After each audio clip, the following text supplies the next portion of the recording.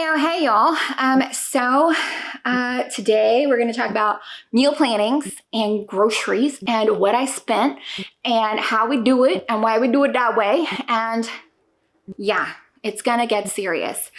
And I have a new hair plan, which we're going to start talking about here in just a second. So let's go. Welcome back to Making Everyday Magic. My name is Shanna. If you are new here, we are a homeschooling family of 4. We are in our 9th year of homeschooling. We have a 4th grader and an 8th grader, and groceries have gotten expensive. And I have an elaborate meal plan, which I've mentioned several times.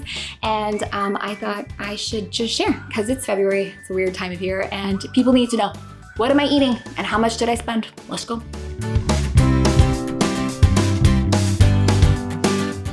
Before we go any further, please scroll down, hit the big red subscribe button, turn on the bell for notifications, and give this video a thumbs up. As always, you can find me down in the comments or over on Instagram at Making Everyday Magic. First and foremost, I'm going to be changing my hair.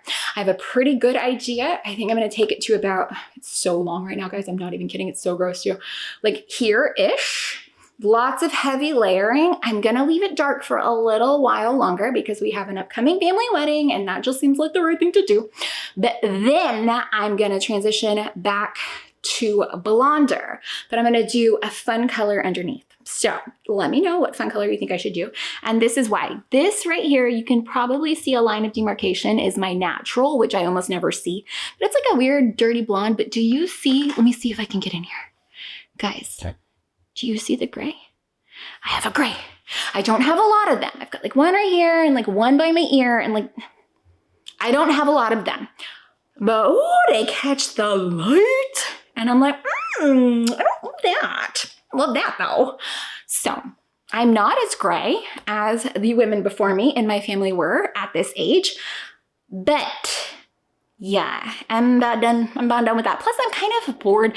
I didn't know what to do for a long time and I wasn't feeling inspired, but I have plans. I'm super excited. So be on the lookout for that. Again, drop in the comments. Let me know what color should I do. Anyways, okay, so I've had this discussion before. I do not budget for groceries. I do not budget our spending, but I did look at how much I spent.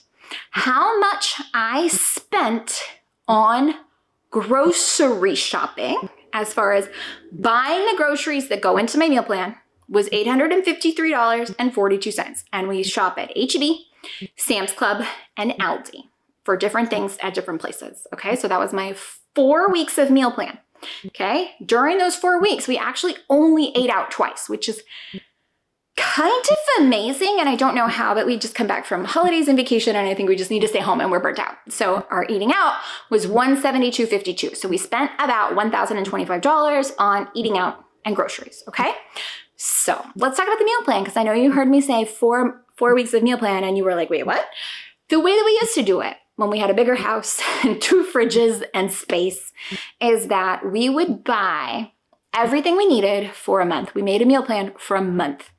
And then fresh stuff we would get weekly. I don't have the luxury of doing that anymore. So what we have done now, and this past month is the first time in a long time that we've made it all the way through. We are at the end of week 4 right now. I made a chart. I printed a blank calendar. I figured out what nights it was hard to cook, what nights we needed leftover. I'm going to insert a picture of it. It's not cute, but it's functional and it sticks to the side of the fridge. I made a chart of what we should eat for 4 weeks to give myself an idea. Because what happens is we fall into the rut of doing the same things, but I also am not so adventurous to sit down and plan like new menus and recipes. I'm not in that season of life. I need easy, but I need not boring. It's just a weird fine line of doing things. So I sat down and I figured out meals for 4 weeks. And in actual practice, I realized that what happens is we have too many. So we usually decide one to just kind of cut out for the week, and then we'll move on to the next week. So on my list that you're gonna see on the screen, one of those usually per week gets dropped. Why does it get dropped?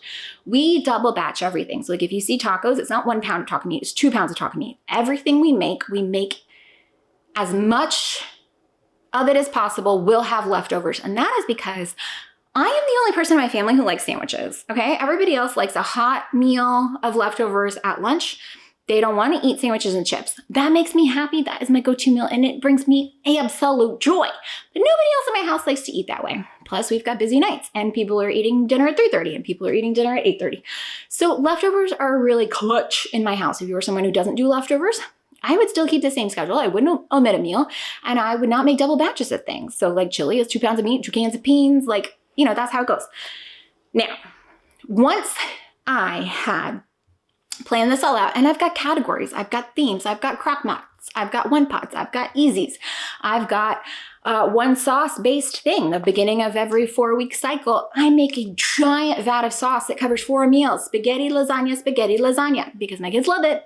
They're very picky about the sauce they eat now because I foolishly made it from scratch, and now that's my mission in life. So we have a plan. We have a rotation. We know what we're doing. We've got themes. We've got it broken down. We know what's easy. We know what's not. I do not stick with what is on what day of the week. So like just because it's on my schedule that way, no, that week we figure out these are the things that we've shopped for. This is what's out. When does it make sense to do this?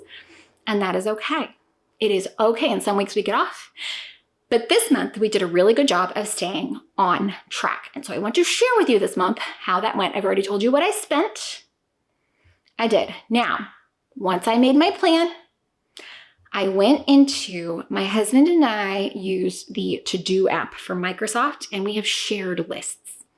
I went through and I made 5 grocery lists of everything I could possibly need. So I have week 1, week 2, week 3, week 4, and I put in those lists every single thing that I could possibly need for every one of those meals. So those dinners, okay? So if I need garlic, if I need butter, if I need flour, if I need rice, if I need 2 pounds of turkey, if I need any of that is in those lists. Each individual list will make all of those meals on that week corresponding to my chart. The 5th list is for the other stuff. We are out of AAA batteries. We need toilet paper. The kids want pancakes for breakfast. We need waffles. They want snacks, Ritz crackers, milk, eggs. If it is not covered in the dinners, it goes in this list. And then when we go to the store, we will shop between the week and the running grocery list. And that we go back and forth between the 2 lists, which isn't always easy, but it is what it is. And we will prioritize. We don't go to Sam's every week. We don't go to Aldi every week. We go to H-E-B all the time. H-E-B is all the time.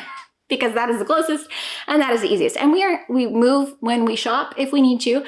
Thursday, Friday, Saturday, Sunday, anywhere in there is great. This works for us. At the beginning of every week, I go through my Microsoft To-Do app and I stand in my pantry and with my open fridge and I figure out what I do and what I do not need. Because you don't need to buy a giant bag of rice every week. You don't. So I don't always need rice, but it's on my list, so I know to look at it. This took a lot of prep and think and planning to get started, but now it is so wicked easy to just automate. And that for me is gold. I don't have to think about it. I touched it real hard and molested it vigorously one time, and now I just put it on repeat. Everybody knows what is coming. We are at the point now where my husband can do all of this on his own, so I do not have to shoulder the burden. If there are some weeks that are really hard or we've been out of town, I can place the order online because it is already done. It is so easy. And I know people think I am crazy when I say that I have planned out 4 weeks of meals. I'm not somebody, sometimes I get a wild hair and I'm like, let's make this wild and fun thing, and that is okay. I can put that into the plan at any point. But I have the baseline of home cooked meals that cycle out. You know, we're doing some stuff once a month. Like my kids love Hamburger Helper. They would probably eat it 3 times a week if we would let them. They absolutely love Hamburger Helper. I have no idea why. So now it is on the schedule once a month. Once a month it's on the schedule. There are things they don't want to eat, like beef stew, but it's on there once a month. It is a really nice cycle of our meals and our plans, and it helps us get through life, especially in a busy season. So this is what works for us. This is how we do it. Now, I'm sure that I have shown you both of those things next to my head by now.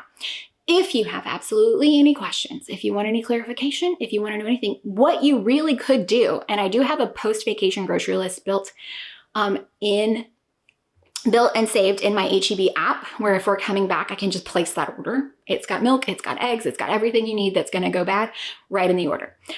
And it just I've got it already done. I already know we need this no matter what happens when we get home to make it through 3 days until we figure out what is happening in life. I could even go so far as to pre-build those lists and do that. But it's not really that hard. But my husband will go through and sort by which store and then sort the way that the store is laid out. He loves that. I don't need that. I don't do that. But if he's doing it, you do you, babe, you do you. So any comments, questions, concerns, I would love to hear them. Do you do something like this? Do you wish you could do something like this? Could you devote 1 terrible hour to figuring out what your life will look like for the next month and give it a shot? Even if you can't do 4 weeks, can you do 2? Can you do 1? Is that a stretch? And that's okay. Now, don't forget to factor in snacks, breakfasts, and lunches, okay? Because there's always something we forget. Yeah, I think that's it. Guys, I hope that you found any of this helpful, entertaining, or informative. If you did, please scroll down, hit that big red subscribe button, turn on that bell for notifications, and give this video a thumbs up. Again, I'm happy to answer any questions that you might have. Our total it was like right after our vacations, it was like mid-January to mid-February, both eating out and grocery shopping, full month of meals, according to our 4-week plan. All of it was $1,025 and some change. I feel like that is really good. And again, we do not stick to a budget. There are a lot of ways that I could cut this out, okay? There are a lot of things that I could cut back on. There are a lot of things that I could pare this down.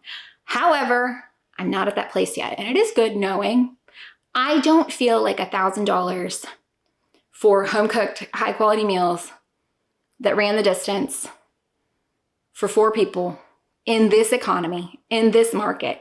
And we're in the city, so everything's a little bit more expensive. I don't feel like that's too bad. So let me know, what are you spending? Is it different? Is it way higher? Is it less? I really, really would love to know. We also don't do beef. We don't do ground beef. I don't know why, we just never have. We've always done ground turkey. And we do buy that at the big box stores, which I think matters. But like we buy name brand chips. So I don't know. Things like that, where we could change swip, swap, swibberoo. Anyways, guys, I'm so excited to share this with you, and I am so excited to hear your feedback. I'm really curious. What are you doing to cut corners? Where are you saving the money? How are you streamlining your process? Are you making it happen? Could you make it happen? Are you interested to make it happen? Do you think I'm insane? I accept all of them. We have 1 fridge. It is large. And no freezer, and 1 pantry, if you're wondering how we buy and store the things. Okay, so we can't buy ahead like we used to. We can't keep a stash of meat in the freezer. There ain't no room.